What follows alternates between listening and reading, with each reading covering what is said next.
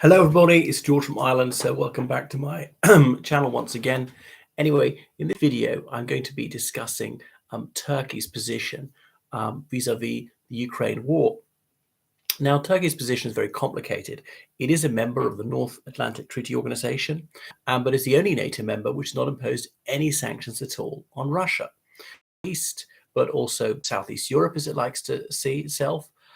It joined NATO in the Cold War because it bordered the Soviet Union, but is not bordered the Russian Federation. Its frontier with the Soviet Union was the countries which are now called Georgia, Armenia, and Azerbaijan. Now, Turkey's got a fraternal relationship with Azerbaijan. I saw posters in Azerbaijan showing Turkey and Azerbaijan, two states, one nation. So their languages are almost the same. Their cultures are very, very similar, and Turks can go and live and work in Azerbaijan, no problem. Some Azerbaijanis go to Turkey, the rest of it. The Turkish troops stationed in Azerbaijan, Armenia, they've only just opened the border to some trade now. Will they really normalize relations? There have been some diplomatic meetings. They still don't have diplomatic relations. They're looking to restore normal diplomatic relations between Turkey and Armenia. So Armenia is a member of the CSTO, Collective Security Treaty Organization. Russia's answer to NATO. It's a pathetic imitation. It's only got 6 members.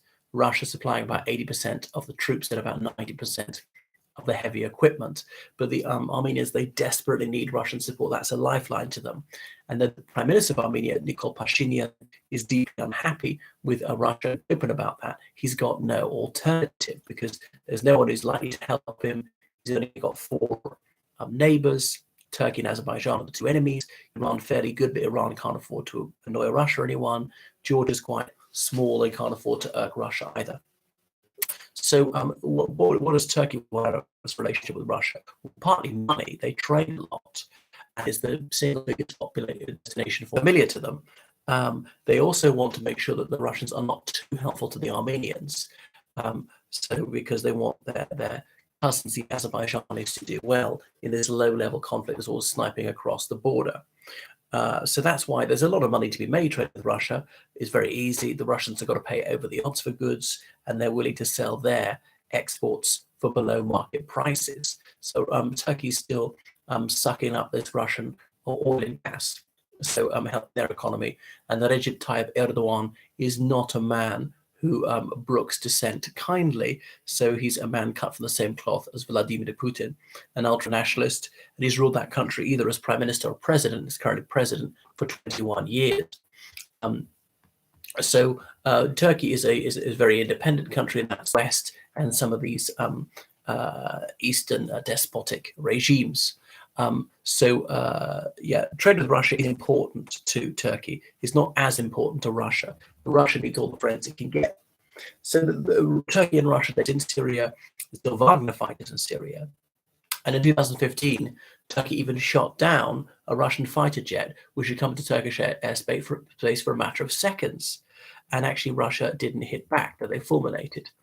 But they have a rather core for 90 days without a visa. And as Russian and Belarusian airlines have not been permitted to fly to European airspace since I think it's 2021, therefore Russians who want to fly onto Western countries or other parts of the world, they often have to fly to Turkey and change planes and fly onto these other destinations. So that has been quids in for Turkish airlines, other Turkish airlines.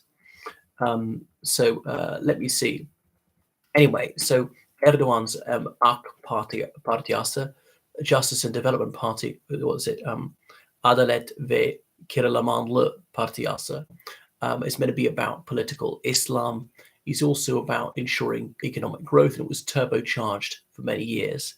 So the AK Party, it does not put the accent on free expression or fair elections, let's say. Nevertheless, opposition parties are allowed. So it's more or less a sham democracy. It's rather authoritarian. So the similarities between Turkey and Russia are striking in that regard.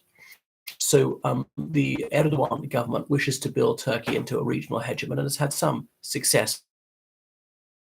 Some Russians want to avoid conscription. They've gone to Turkey, permanent residency there. If you purchase a property worth over $50,000 US, that sounds incredibly cheap. And in rural Turkey, you get a lot. There's a lot of corruption in Turkey. At all levels of the government and the judiciary, and Turkish construction companies, they really thrive abroad because they are prepared to pay the dusul.